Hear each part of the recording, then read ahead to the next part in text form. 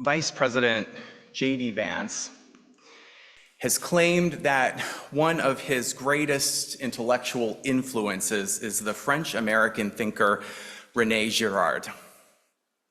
This both interests and surprises me because I couldn't be farther from Vance on nearly every issue, and yet I also consider René Girard to be a significant influence on the way that I think about the world and politics as well. In fact, I find it difficult to make sense of contemporary politics without this theorist. So if he is so influential, both on the right and on the left, I think it's worth exploring why. Now, this sermon's been a couple of months in the making, and there is a special reason why I chose to preach on it today during the week of the High Holy Days. On Yom Kippur, the Torah includes the passage that Will just read. It's the passage about the scapegoat ritual. And this is both obscure and also very, very old. It's thought to be one of the oldest rituals chronicled in the Hebrew scriptures. It says that on the Day of Atonement, the priest is to lay his hands on a goat and transfer to it all the sins of the people. And then the goat is to be exiled into Azazel, translated as the desolate place. Ancient rituals involving goats should have little meaning for us today. Most modern people don't recognize a central temple. We don't have high priests, and we don't lay our hands on goats, at least not in that way. And yet we have all heard the term, right? We've all heard the term scapegoat. We say someone has been scapegoated when they have been unfairly accused of a crime. They are targeted for violence or exclusion even though they are blameless. And that fact does little to assuage the rage of the crowd. René Girard spent his career developing a theory of the scapegoat. And he views it not as some ancient, obscure ritual, but rather as a feature of ancient and modern societies. Indeed, he sees it as the key for understanding how societies organize themselves. But Girard doesn't begin there. Instead, he starts with a theory of human desire. And we need to unpack this before we understand what he has to say about the scapegoat. Girard says that human beings don't desire things in themselves. Instead, we desire things because other people desire things. He calls this mimetic desire, which just means that we imitate the wants of others. There are so many examples that I could choose from. I had trouble figuring out what just the right one might be. But you might think about children who have no interest in a toy whatsoever until another kid expresses interest in that toy. I think we've all seen this. We might also think about commercials that show a celebrity, rich and healthy, enjoying some product, and the whole point of that is to get you to desire the product because that celebrity desires the product. This is fundamental to understanding how human desire works for René Girard. Now, this isn't necessarily a problem. When someone picks up a beautiful rock from the shore, I did this with my husband this summer. We were walking along the shore and he noticed a beautiful rock.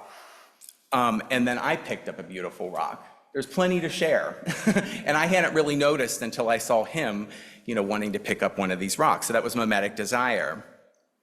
However, things get complicated when resources are limited.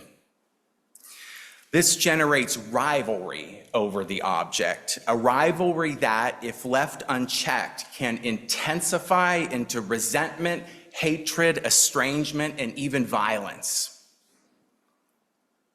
A while ago, someone came to me for pastoral counseling, and she shared with me that her mother had just died and there was no will. The siblings fought bitterly down to the very last piece of china. And I thought it was very telling what she said to me. None of us even wanted the china. Who uses china anymore? But my sister will no longer speak to us over it. That's a perfect encapsulation of mimetic rivalry. Now, mimetic desire is initiated for more than just material objects like stones or toys or china. They're also initiated over social status and position, and this is where they can become especially acrimonious. And I think this is also where it starts to have serious political implications. For example, we've all heard the term political echo chamber, right? Girard gives a blueprint for how that functions. Extreme positions are as likely or more likely to develop when we are not when we are arguing with political opponents, but when we are talking with like-minded people.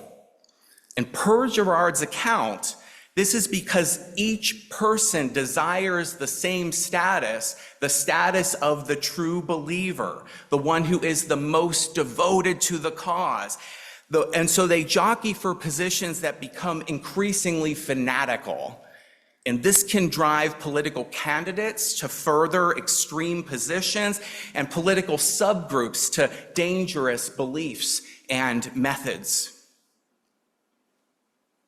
And this also plays out with our political opponents because, and this is somewhat counterintuitive, but hear me out, René Girard says that we desire the same thing that our political opponent desires. In this case, we desire to be right. And in order to be right, we have to prove that the other person is wrong. And so accusations are not one-sided, but they are rather reciprocal. One side accuses the other of opposing free speech, and then the other side does the same. One side accuses the other of stoking violence, and then the other does the same.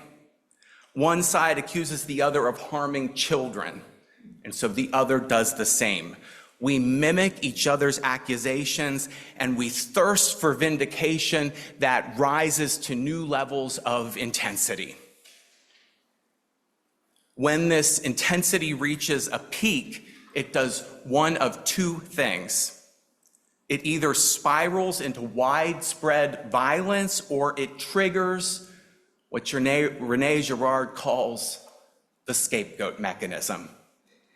In other words, rather than resorting to a war of all against all, which is what would happen if that rising intensity was left unchecked, human groups can relieve the tension, can kind of pull this release valve on the steam that's been building up by pinning all of the problems onto a single person or group.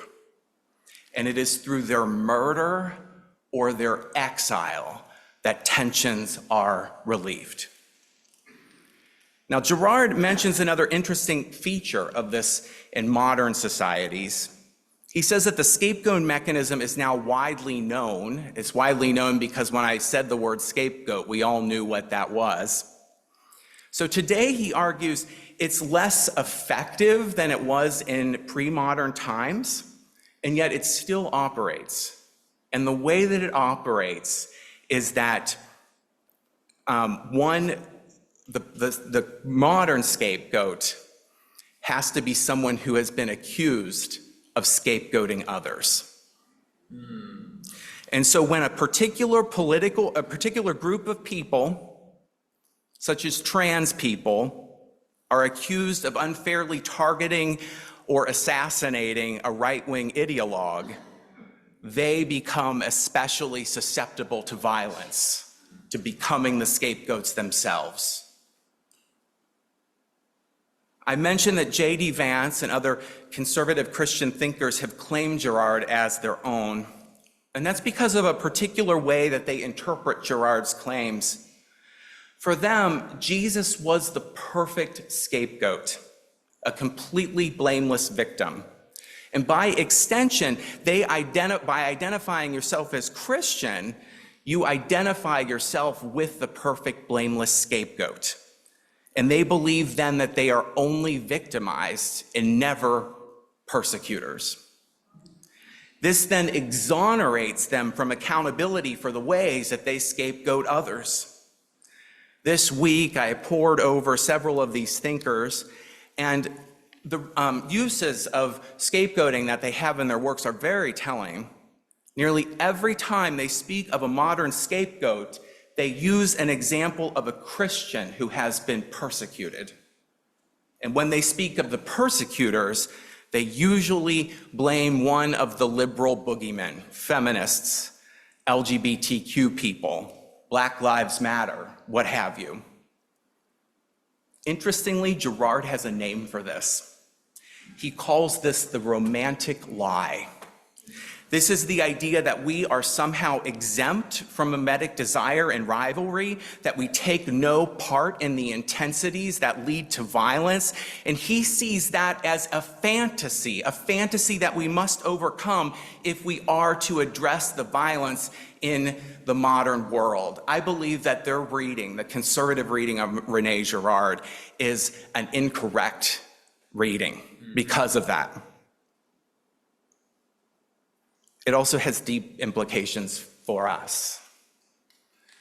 Because believing that we are exempt from mimetic desire or violence sidesteps one of the biggest challenges of René Girard's thought, and that is precisely to recognize ourselves as persecutors.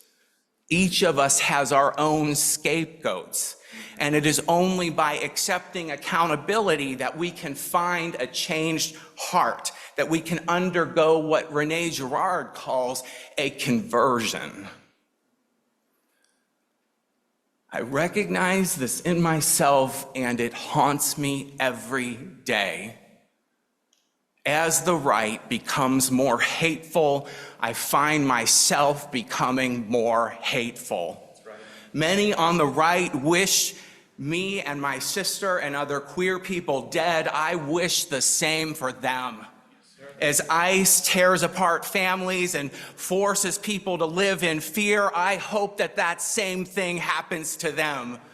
And then likewise, when others on the left signal their virtue, wanting their position and awareness to be the purest, I find myself lured by that siren song. I participate in hostile mimetic rivalries that fill me with hatred and that escalate tensions and solve nothing. But here's the other part of Girard's theory. He says there is a solution to the seemingly intractable problem of scapegoating.